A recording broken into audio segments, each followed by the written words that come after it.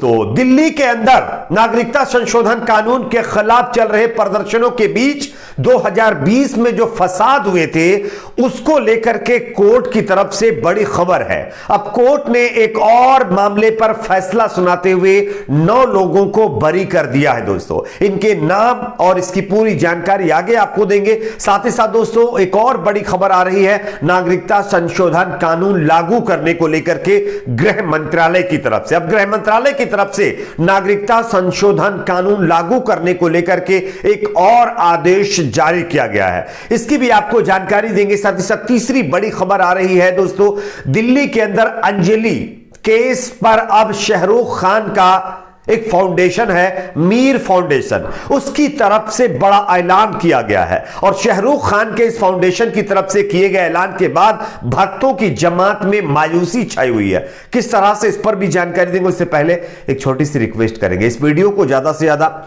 Like करिए, share करिए। अगर आप इस चैनल पर नए हैं तो सब्सक्राइब करके बेल आइकन को जरूर प्रेस कर लीजिए। बात करेंगे पहली और बड़ी खबर की। जैसा कि आप जानते हैं दोस्तों कि साल 2020 में नागरिकता संशोधन कानून के खिलाफ दिल्ली के अंदर जो है हिंसा हुई थी और उसके बाद भी जो है कई जगहों पर फसाद हुए थे। और इस चीज पर कोर्ट में जो सुनवाई चल रही थी उस पर कोर्ट ने एक बड़ा फैसला लिया। मैं आपको खबर दिखा रहा हूं, आप देख सकते हैं।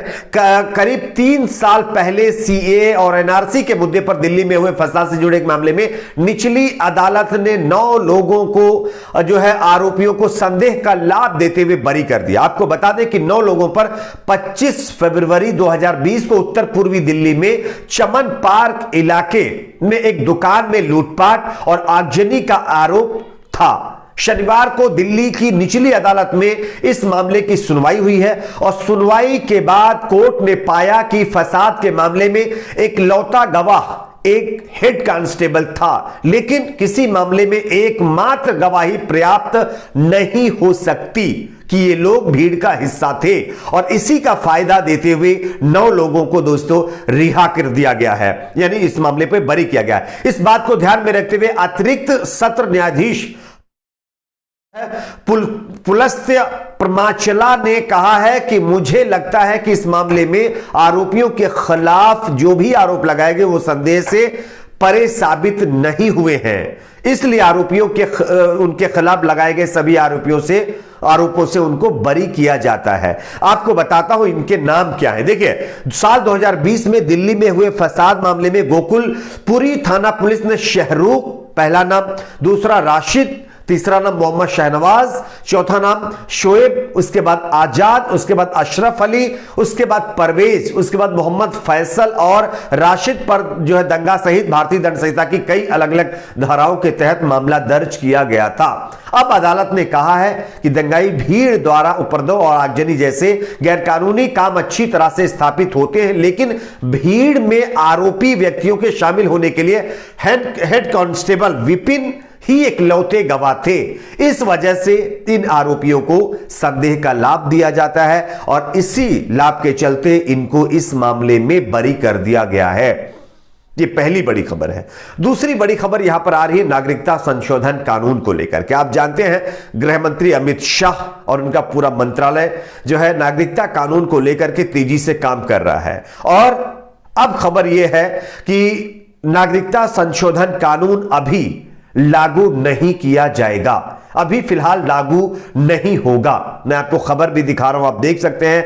गृह मंत्रालय ने इसके लिए 6 महीने का और समय मांगा है। इसके बारे में थोड़ा मैं आपको विस्तार से बताता हूं। नागरिकता संशोधन अधिनियम को लागू करने के लिए केंद्र सरकार ने 6 महीने का और समय मांगा है। गृह मंत्रालय ने कहा है कि नागरिकता संशोधन अधिनियम को लागू करने के लिए 6 महीने की और जरूरत है, इसके बिना इसे लागू नहीं किया जा सकता है। आपको बता दें कि लगातार 7वां मौका है, ये 7वीं बार जो है समय अवधि बढ़ाने की मांग की गई है। अब तक कई बार 7वां टाइम है, 6-6 महीने का वक्त मोदी यानी गृह मंत्रालय की तरफ से लिया गया है। इस अधिनियम को 2019 में पास किया गया था। जैसा कि आप जानते हैं, इस अधिनियम को पाकिस्तान, अफगानिस्तान और बांग्लादेश से आने वाले हिंदू, सिख, पारसी और क्रिश्चियन, बौद्ध और जैन धर्म के लोगों को इसके तहत नागरिकता प्रदान की जाएगी। इस अधिनियम के तहत 31 दिसंबर 2014 से पहले जो भी लोग बिना दस्तावेज भारत में आए हैं उन्हें नागरिकता दी जाएगी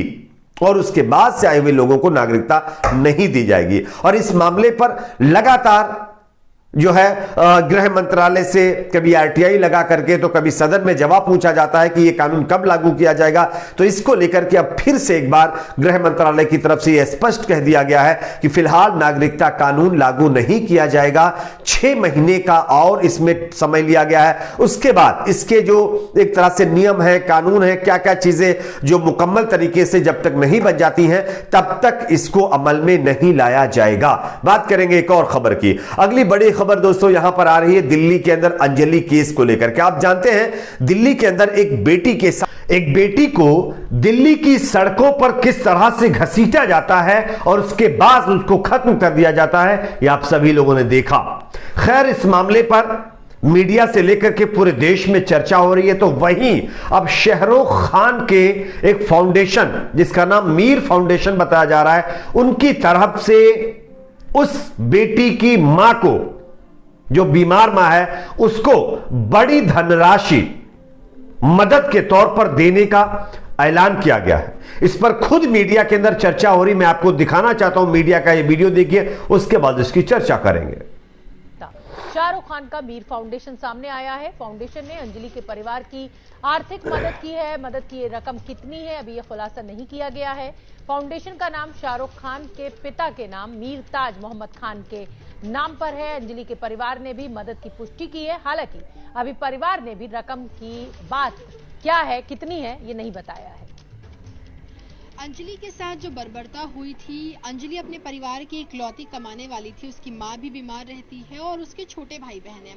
जो बर्बरता हुई थी उसके बाद कई ऐसे संस्थान, कई ऐसे लोग हैं जो सामने आए मदद के लिए। तो जैसा कि दोस्तों आप लोगों ने ये वीडियो देखा, एबीपी न्यूज की तरफ से ये खबर चलाई गई है और तमाम जो है अखबारों में भी ये खबर छापी गई है कि शाहरुख खान के फाउंडेशन, मीर फाउंडेशन की तरफ से अंजलि की मां को बड़ी धनराशि दी गई है।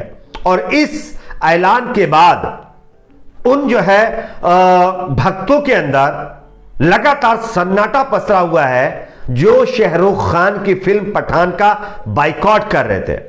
क्या एक भी वो भक्त की जमात का कोई भी शख्स आकर के अंजलि की मां की मदद करने की जो है किसी तरह से मुहिम छेड़ी? क्या किसी ने मदद करने का ऐलान किया? नहीं किया। लेकिन शाहरुख खान और उनके फाउंडेशन की तरफ से यह बड़ा ऐलान किया गया है। दोस्तों, इस पर आपकी अपनी क्या राय है? कमेंट सेक्शन में इस पर अपनी राय को आप जरूर शेयर करिए। वीडियो को ज्यादा से ज्यादा लाइक करिए, शेयर करिए। चैनल पर अगर आप नए हैं तो सब्सक्राइब करके बेल आइकन को जरूर प्रेस कर लीजिए। आज के लिए इतना ही, मिलते कुछ और खबरों के साथ।